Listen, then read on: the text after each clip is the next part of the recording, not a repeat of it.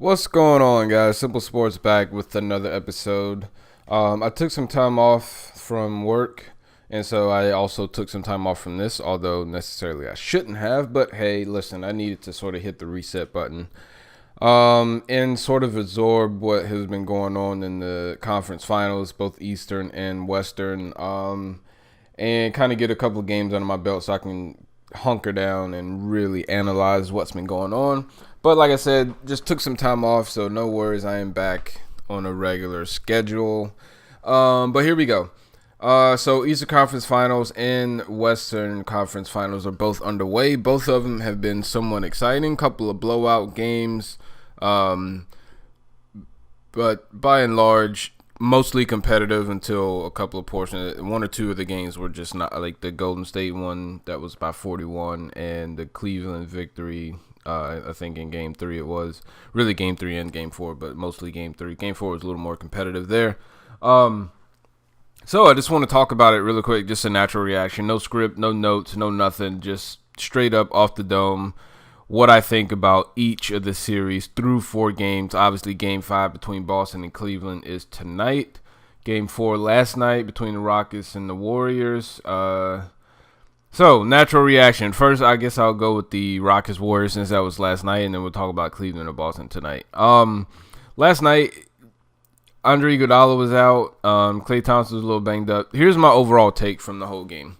Houston simply is not going to go away quietly, and you have to respect that. They have some fight in them. At least they have fight in them when the game is close.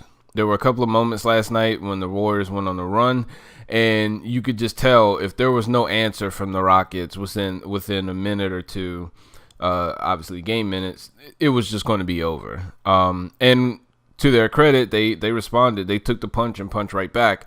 So, they didn't give up there, which is nice to see. I always like to see teams fight. I pride myself on competing until the very last whistle. And so, hats off to the Rockets for doing so. Series is tied up. Houston has 2 games in their building left if it goes to 7. 1 in Golden State or 1 in Oakland, whatever you want to say. Here's the bottom line. I think, well, for one, it is likely whoever wins Game 5 wins the series. That's not just, that's just the way it is. That's history. That's not me making a statement. That is just a fact. Who do I think wins Game 5? Well, I will say Houston has the advantage considering they won on the road and they're now returning home for the next game in their building. So they certainly have the advantage. I don't think they're going to do it. I think Golden State is going to close it out in the next 2 games. I think they're going to win a close Game 5, similar to Game 4, but I think they execute a lot better in Game 5, and I think they close this thing out back in Oakland in Game 6 and move on to the finals. Last night's game was really hard to watch because it was as if there were 2 teams that swapped philosophies to a degree.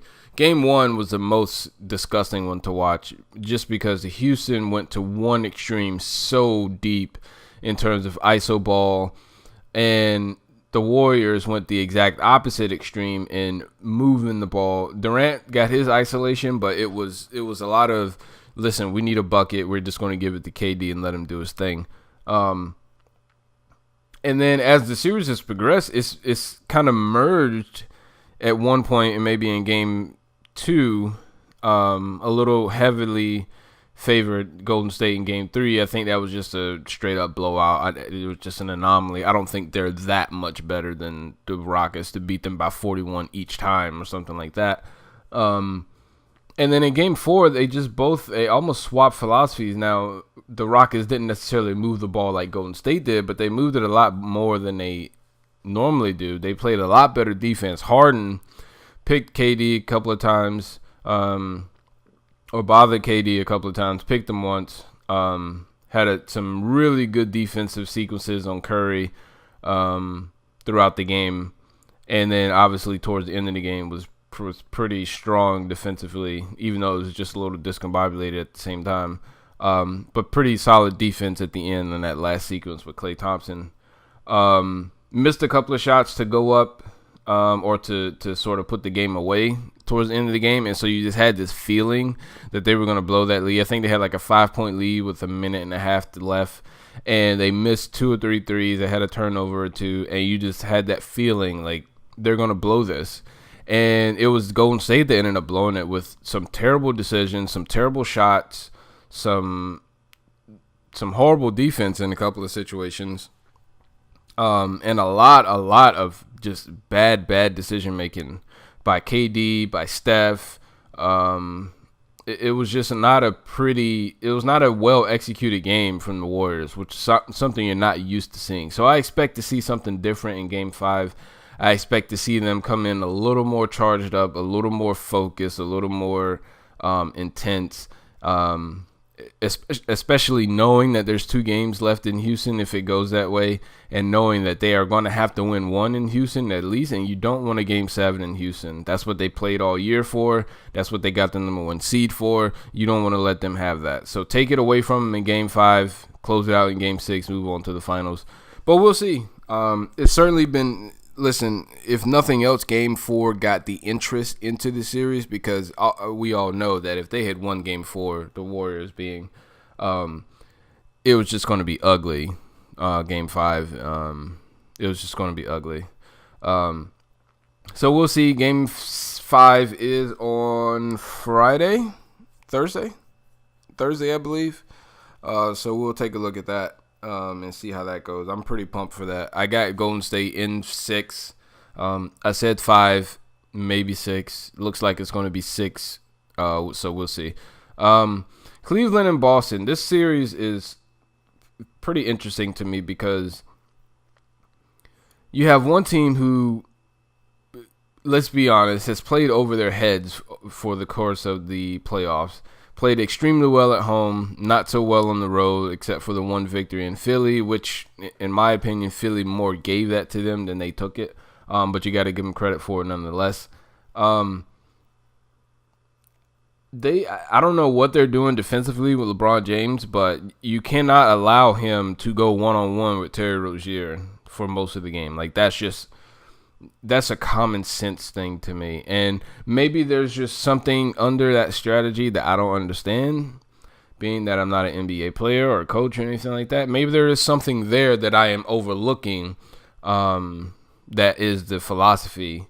All I know is it's not working. And when something is not working for that long, you're just going to have to change it because you don't have much time to figure it out. Okay, you're already tied up 2-2. You had the king on the ropes just like the Pacers did. Down 2-0, and you have a chance to at least get one game in Cleveland, go back to Boston up 3-1, and really have a chance to close this thing out, force Cleveland to have to win 2 or 3 of the next 4 games. And instead, you let them tie it up, going back to Boston, fortunately, Game 7 will also be in Boston if it gets that far. But, you know, you let him out of his cage, and who knows how he's going to react now that he's unleashed. Series is tied 2-2. You are going back home, so that is the one positive. That's the only positive that I see at the moment because LeBron James was phenomenal. He had a quiet, I don't even know how you have a quiet 40-point game. Had a triple-double one of the games, I believe. I think it was Game 3 he had the triple-double. Oh, no, maybe Game 4. I don't remember which. No, it was Game 3. I don't see Boston winning the series if they don't win Game 5. Now, I think they are capable of winning Game 5, but when they go back to Cleveland, something's got to give with that defensive rotation. They switch everything, which is nice because they have the guys that can guard, but then they end up getting the wrong people on the wrong people. And Terry Rozier is just not a match for LeBron James. You just can't have that. Jason Tatum is not a match for LeBron James. He is too small.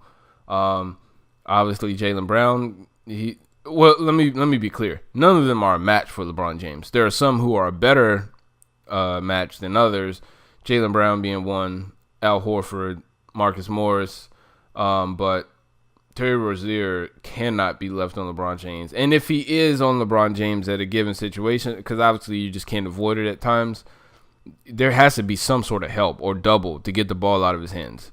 If I were Boston, I would be doubling LeBron James all night, getting the ball out of his hands. There's no way I am going to let him single-handedly beat me. Now, if Kevin Love and J.R. Smith and Kyle Korver and those guys step up and they beat me, I'll take my L and move on to the next one. But LeBron James is not going to beat me just absolutely doing whatever he wants. So we'll see how it goes tonight in Game 5. I am back full-time now. Thank God. Like I said, I just sort of needed to reset a little bit. I started writing a little bit now that I have my website ready to go. So we'll see how that goes. But yeah, I'll be back after. I'll probably go after Game 5 of both series. I'll be back with another episode. So you guys stay tuned for that. Until then, I will see you later. Peace.